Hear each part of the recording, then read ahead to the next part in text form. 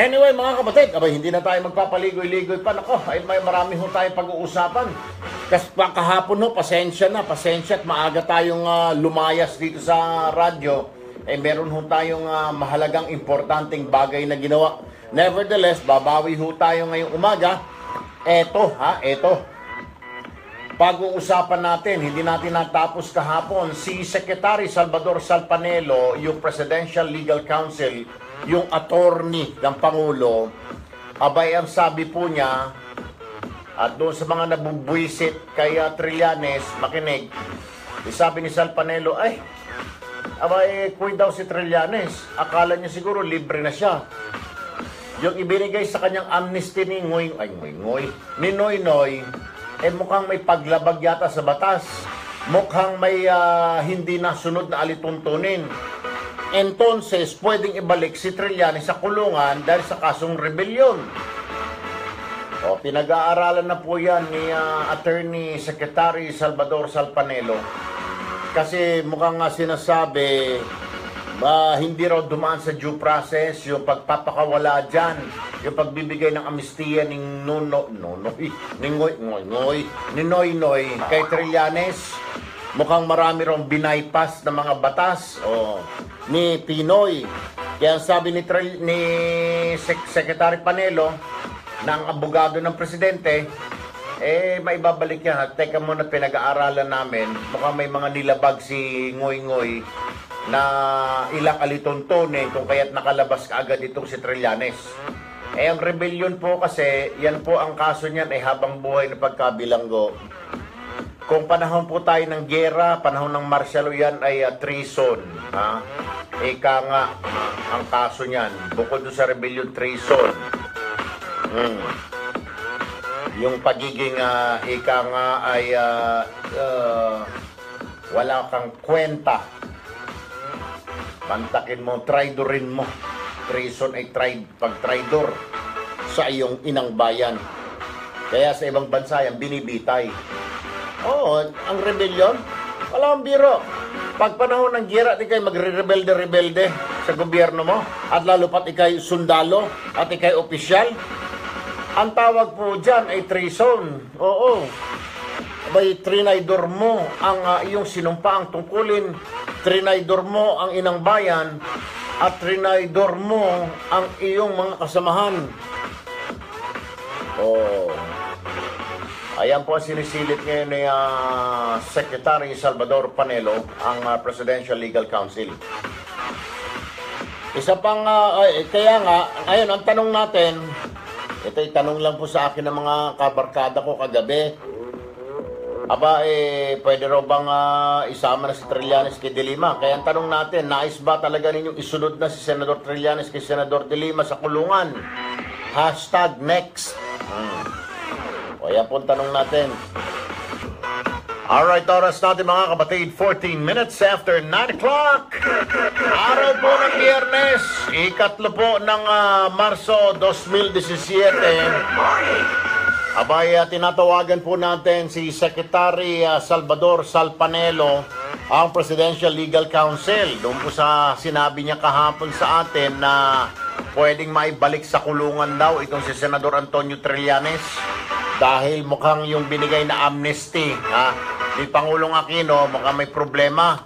Mukhang hindi raw nasunod ang ilang alituntunin doon. So, may karapatang questionin to ng administrasyon ngayon.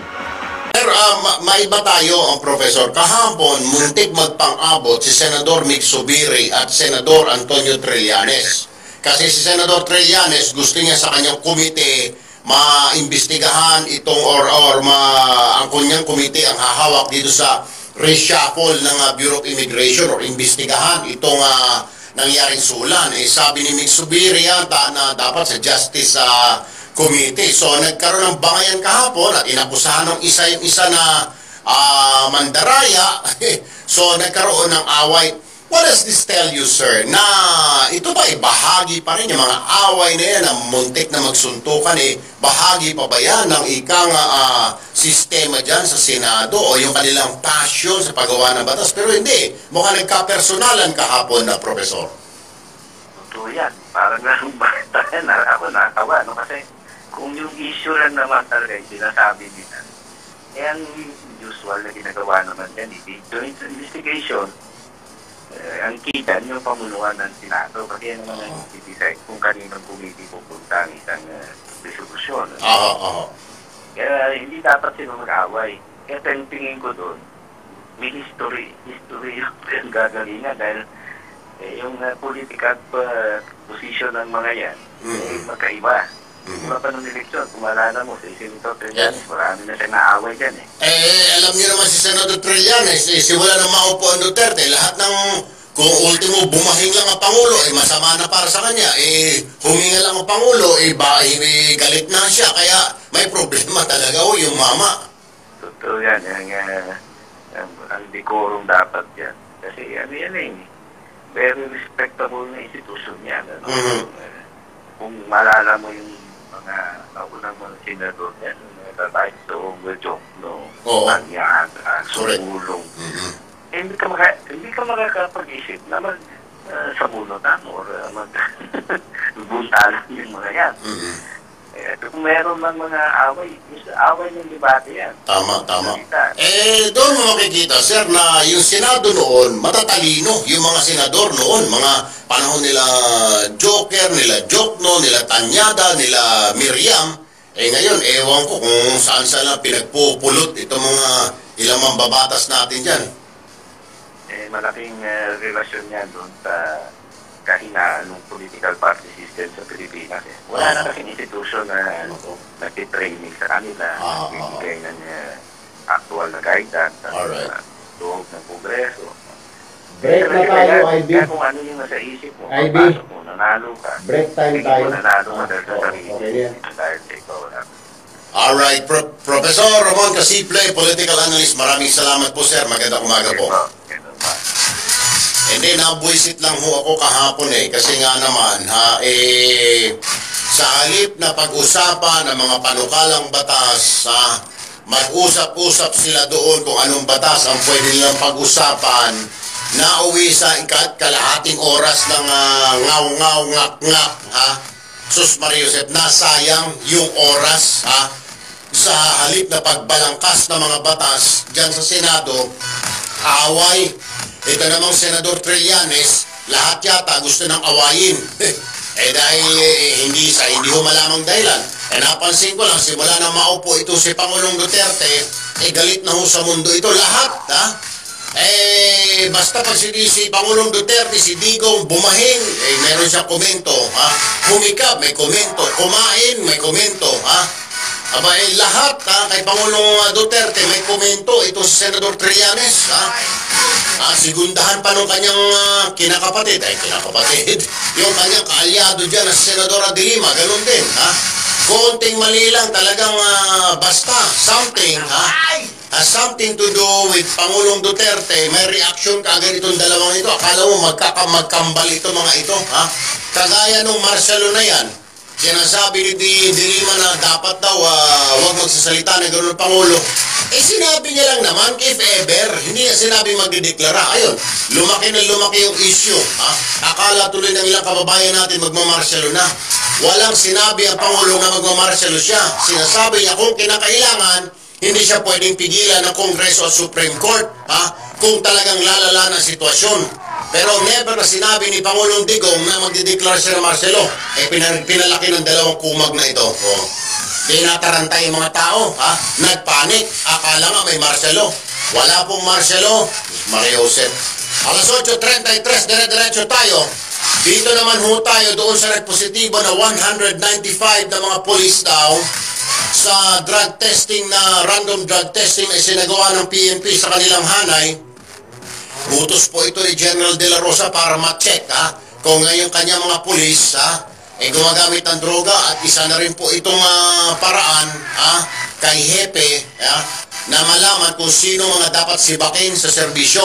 Nasa linya po ng telepono si Senior Superintendent Leonardo Carlos at tagapagsalita ng Philippine National Police. Magandang umaga po, Colonel Carlos, sir.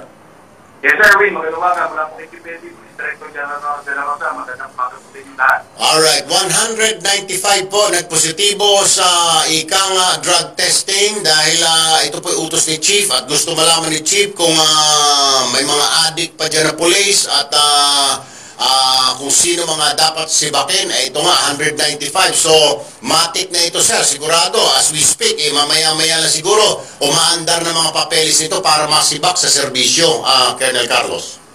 Tama po yan, tuloy na po yung summary sa proceeding at titiyakin ni PNP na maalis sa hanay yung mga ganito po namin mga kasama. Hindi yung magandang nasa PNP yung gumagamit din po ng illegal na droga. Oho, at saka masama kasi tignan na tagapagpatupad ng batas, tagahuli ng mga mga pusher, mga drug lord, pagkatapos gumagamit din pala. Pero 195, madali pong palitan ito, sir. Marami naman po tayong graduate niya ng criminology, maraming ang dami kong alam na gustong pumasok sa PNP, Colonel Carlos, na mga bagong graduate, mga bata pa, Colonel. Yes, marami po tayong mga aplikante. At the end of the day, we are looking for the quality. Opo. Hindi po yung number ng police. Kailangan po yung talaga kung mag-service sa ating kaya. Okay. So, ito pong drug testing, Colonel Carlos, lagi pong yung random na ito, lagi pong gagawin na ito ng PNP, sir. Yes, regular po ito. Nagpasimula po si PNP ng July 1 sa General. And then down the line, all the 170,000 participants will undergo random drug test. Ngayon, yearly po, meron po tayong iba't ibang drug test na ginagawa. Medical examination, yung promotion, there are 4 different types of drug tests that we conduct. Kailangan po natin talaga dito the regular budget. Ayun, so kailangan lang talaga may budget. Alright, Colonel Carlos, Leonardo Carlos, maraming salamat po, sir, for your time with us this morning. Magandang umaga, mabuhay po kayo, sir. Mabuhay po kayo, sir. Mabuhay tayo sa mga